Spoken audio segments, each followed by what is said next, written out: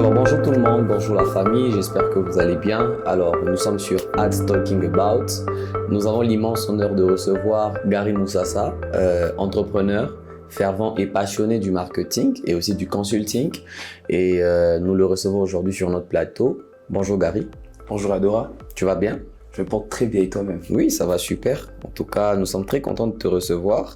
Aujourd'hui, je te reçois justement pour essayer de parler, de partager un peu sur différentes questions qui peuvent aider plusieurs personnes qui te suivent, peut-être de loin et aussi de près. Et aujourd'hui, je pense que nous allons essayer de comprendre un peu comment est-ce que ça marche dans ta tête, dans ton esprit. Est-ce qu'ils sont sûrs de comprendre? En tout cas, on espère. Tout en espérant que tu vas aussi nous expliquer simplement et aussi en français TJ, comme certains le disent souvent. En français TJ? Oui, parce que certains pensent que tu es un peu trop radical dans les termes, parce que toi, c'est les concepts. Bon, en fait, c'est ça qu'il faudrait savoir, c'est que on tourne tous sous des concepts donnés. Quand je suis photographe, j'ai des concepts de photographe. Quand je suis marketeur, j'ai des concepts de marketeur parce que c'est grâce aux concepts qu'on arrive à me reconnaître. Donc, si les personnes n'arrivent pas à reconnaître mes concepts, c'est qu'ils ne font pas partie de mon école. Wow. D'ailleurs, en parlant de concepts, je pense qu'on va commencer par ta phrase préférée de les définitions. Et c'est quoi déjà? On a les bonnes définitions. Oui. On a les bons termes. Voilà, les bons termes. Mais les mauvaises définitions. Ouais. Ça veut dire quoi? En fait, c'est juste que on s'est rendu compte d'une chose, c'est que tu peux avoir le bon terme, mais lorsque tu essayes d'expliquer le terme en soi, tu as la mauvaise définition. Je donne un exemple simple. Lorsqu'on parle d'investisseur, c'est qui un investisseur dans la tête d'un Congolais? Un investisseur, c'est quelqu'un qui te donne de l'argent, mais cette personne commence à te suivre pour des résultats. Alors qu'en temps normal, un investisseur, c'est quelqu'un qui met de l'argent dans ton projet et qui risque avec toi. Mais dans la tête d'un Congolais ou dans la tête de quelqu'un qui n'a pas les informations qu'il faut, il se dit un investisseur, c'est quelqu'un qui met de l'argent et même s'il gagne, même s'il perd, il doit lui rendre cet argent-là. Ça, c'est un prêteur. Mais un investisseur, c'est quelqu'un qui met de l'argent. Quand tu gagnes, il gagne. Quand tu perds, tu perds aussi. C'est pour ça que tu vas te rendre compte qu'en ce moment-ci, les investisseurs sont comme une denrée rare. C'est juste parce qu'on a des bons termes, mais des mauvaises définitions.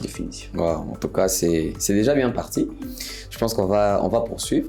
Alors moi, j'avais quand même quelques questions. On va commencer sur les difficultés rencontrées.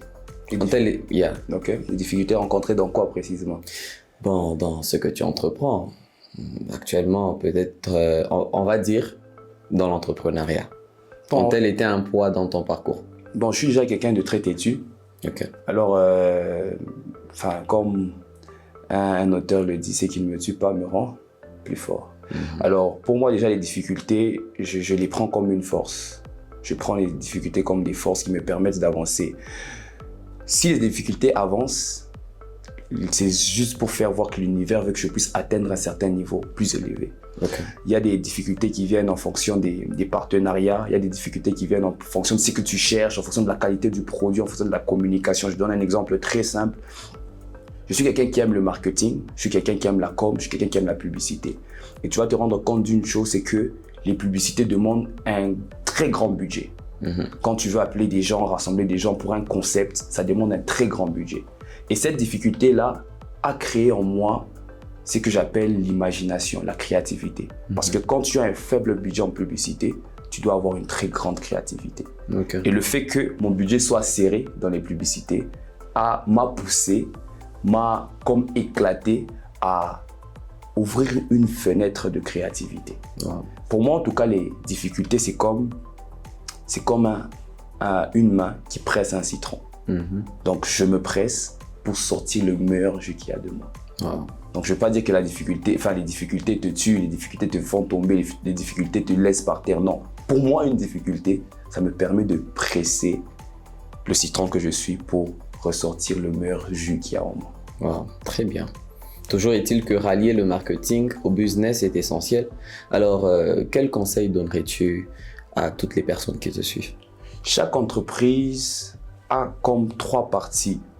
La première partie, c'est la partie des marketeurs. Deuxième partie, c'est la partie des gestionnaires. Et cette deuxième partie est divisée en, deuxième partie des gestionnaires. Et les gestionnaires, il y a les gestionnaires GRH qu'on appelle très souvent les managers. Et puis, il y a les gestionnaires d'argent qu'on appelle les managers financiers. Alors, pour moi, ça peut créer débat, mais pour moi, la personne ou l'individu qui ramène les clients à l'entreprise, c'est le marketeur. Celui qui gère les gens, c'est le manager. Et celui qui gère l'argent, c'est le financier. Mais comment est-ce qu'il y aura des gens s'il n'y a pas de marketeur?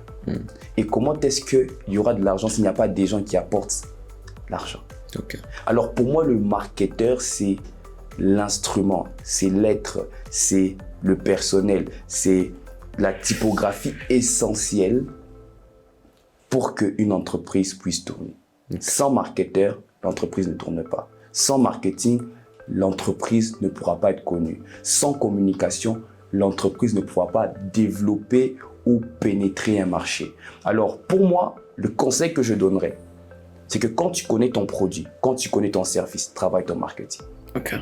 Parce que c'est ça qui va te permettre d'être connu dans le marché. C'est simplement ça. Okay. En tout cas, de là ressort une question qui me monte quand même à l'esprit. Nous sommes dans l'ère on va dire de l'intelligence artificielle, de la technologie, des antiques, et nous voyons que beaucoup de choses évoluent actuellement. Et ne penses-tu pas que le marketing est en danger pour les entreprises, enfin les marketeurs on va dire, sont en danger hein, pour les entreprises, parce que tu vois, une entreprise va se dire vas-y, je vais chercher carrément une IA qui va m'aider à pouvoir rendre mon business peut-être très rentable. Écoute, Adora, dans chaque stratégie marketing, parce que le marketing est subdivisé en trois pour moi. Il y a le marketing d'études, le marketing stratégique et le marketing opérationnel. Et pour moi, la IA ne peut pas remplacer l'homme. Parce que dans le marketing d'études, il y a un cours qu'on appelle, il y a une segmentation qu'on appelle l'aspect culturel, l'étude culturelle. Ok. Et dans l'étude culturelle, tu vas te rendre compte d'une chose, c'est que une stratégie marketing fonctionne en fonction de la culture du pays. Ok. Je donne un exemple simple. Tu vas te rendre compte que quand je veux à tout prix te vendre un produit, tu vas l'acheter? Tu vas te rendre compte qu'à Lubumbashi, surtout en RDC, les gens n'aiment pas se sentir obligés d'acheter un produit. Ils n'aiment pas se sentir obligés d'être pressés pour acheter un produit. Et tu vas te rendre compte que la IA pousse les clients à acheter obligatoirement. Et les gens n'aiment pas, je ne sais pas si tu connais les messages automatiques qu'il y a sur Instagram. Est-ce que tu lis le message automatique qu'il y a sur Instagram? Non. Pourquoi? C'est une IA. Parce que, ça c'est Gary Vee qui dit ça, plus tu es normal dans le marketing, plus tu te fais accepter dans le marché. Parce que dans certaines cultures, seul un homme peut comprendre un homme et jamais une machine. Et pour moi, je suis sûr et certain que même si la machine est là, même si la IA est là, l'homme sera toujours important. Pourquoi? Parce que c'est l'homme qui apporte l'émotion, c'est l'homme qui apporte le ressenti, c'est l'homme qui apporte la connexion. Et la IA peut apporter les jolis mots. La IA peut apporter les longues phrases sans faute d'orthographe, mais l'émotion, le ressenti, IA ne peut jamais apporter ça. Ok, en tout cas c'est noté. Un mot sur le marketing expérientiel. Tu en parles dans tes syllabus qui, soit dit en passant, sont très excellents. Merci beaucoup. Bon, le marketing expérientiel, j'appelle ça le marketing d'expérience. C'est l'expérience que le client vit. Parce que, pour moi, il y a le marketing de contenu qui attire ou qui captive le client. On peut tous faire le marketing de contenu. On peut tous vendre du contenu, tous vendre du rêve dans des publicités. Le client est épaté par ce que Rémi fait. Le client est épaté par ce que tu fais, parce que tu es en train de ressortir sur tes différents réseaux sociaux. Mais il y a un problème qui se passe, c'est que le client vient parce qu'il l'a vu, mais le client reste parce qu'il l'a senti. Et je me suis rendu compte de ça. Le client peut aimer le contenu que tu as publié, mais le client reste lorsqu'il sent que tu as la connexion qu'il lui fallait. Il a trouvé l'émotion qu'il lui fallait. Et c'est là que vient le marketing expérientiel. Je peux vendre des lunettes, mais lorsque j'arrive sur place, je me rends compte que la qualité n'est pas bonne. Je peux vendre, par exemple, des services. Je me rends compte que lorsque j'arrive, par exemple, à votre bureau, les secrétaires ne sont pas polis. Vous avez montré la belle image, mais le ressenti n'est pas là. Alors, je me suis rendu compte de cette chose. J'ai vu ce problème qui s'est comme dissipé de notre entrepreneuriat de maintenant. Et je me suis dit, tant que ce problème est là, beaucoup de gens vont rester dans ce déséquilibre. Et qu'est-ce qu'il faudrait faire? Il faudrait qu'on puisse non seulement travailler le marketing de contenu, mais travailler aussi le marketing expérientiel. C'est un marketing qui n'est pas beaucoup cité. D'ailleurs, on ne m'a pas appris ça à l'université. Mais c'est ce marketing-là qui permet à ce que le client puisse rester. Le client ne sait pas pourquoi il reste. Mais pourquoi il reste? Parce qu'il y a l'émotion. Adora. Adora. Marketing expérientiel. Wow, très bien. Sinon, aujourd'hui, quel objectif poursuis-tu actuellement? Déjà, comme je le dis à beaucoup de gens, enfin pour les personnes qui me connaissent ou qui connaissent le travail qu'on est en train de faire, parce que je ne suis pas seul, il y a beaucoup de gens qui ont intervenu dans les résultats que nous sommes en train d'avoir. Pour moi, il y a beaucoup à relever. Il y a beaucoup de choses à faire. Et je ne veux pas me limiter en fonction de mon secteur d'activité. Je ne vais pas me limiter en fonction des réalités de mon pays. Je vais aller un peu plus loin. Et l'objectif pour moi, d'abord avec Majestic, c'est de permettre à Majestic de ne pas simplement rester local et d'être reconnu aussi d'une manière internationale. Mais cela demande beaucoup de choses. Et pour moi, je suis prêt à payer le prix pour que Majestic puisse atteindre ce niveau-là.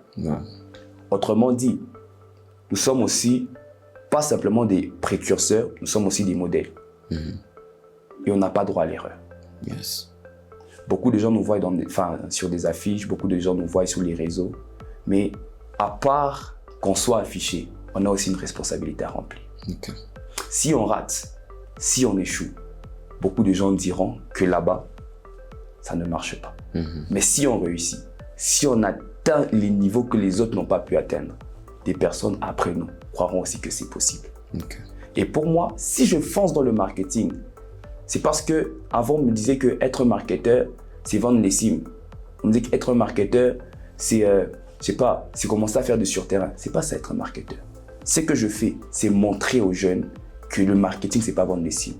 Tu peux faire 10 000 $ en marketing. Tu peux faire 100 000 $ dans le marketing. Tu peux aller plus loin. Apprends. Accepte d'écouter les autres. Accepte de lire ce que les autres ne lisent pas. Quand je parle de lire, c'est de lire des livres que les autres ne lisent pas. Je parle de s'informer. De s'informer, d'avoir des informations que les gens n'ont pas, d'avoir des termes que les gens n'ont pas, de manière à ce que tu puisses montrer aux gens qui viennent, à tes petits qui viennent, que c'est possible d'avoir des résultats que des personnes n'ont jamais eu dans cette ville et peut-être bien dans ce pays. En tout cas, c'est très très instructif ce que tu dis, parce que c'est quand même rare de voir un jeune qui parle de cette manière, surtout pensant à pouvoir révolutionner tout ce qui est autour de lui et apporter l'impact. Je ne te mens pas, il faut se connaître. Et le fait de ne pas se connaître, c'est un grand problème. J'ai commencé en littéraire, j'ai fini en électronique, j'ai fait ma licence en finance et banque, mais j'ai plus de certifications en marketing que dans les domaines que j'ai commencé. J'avais beaucoup de problèmes à me connaître moi-même. Mais lorsque j'ai su qui j'étais, je me suis dit de me bâtir, de me construire, de m'instruire, afin que je puisse aller là où mon esprit ou là où mes compétences peuvent m'emmener. Pour moi, je ne me mets pas de limites.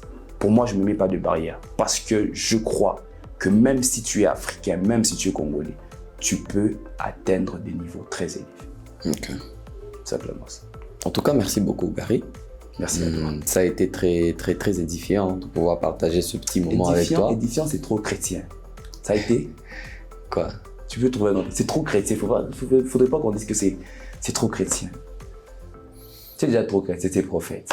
En tout cas, merci, Gary. Merci de ce temps que nous avons pu partager. Merci. Mais est-ce que tu as un mot pour la fin? Un mot pour la fin. Yeah.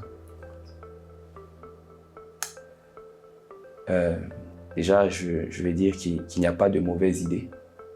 Il y a juste des idées qui s'imposent et celles qui ne s'imposent pas.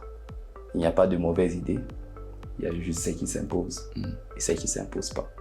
Et j'invite aussi mes frères qui sont en train de se distinguer plus que moi-même à venir aussi te rencontrer pour venir apporter leur expertise, leur connaissance. Et je crois que en regardant, parce qu'aujourd'hui je vais me regarder et je préfère aussi regarder aussi d'autres personnes de manière à ce qu'on puisse aussi apprendre, écouter les expériences des autres.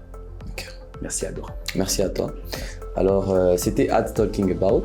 Le prochain rendez-vous, je pense qu'on va explorer encore d'autres plateformes, d'autres connaissances avec les différentes personnes qui pourront passer sur ce plateau. En tout cas, merci Gary et j'espère qu'on pourra se revoir très bientôt.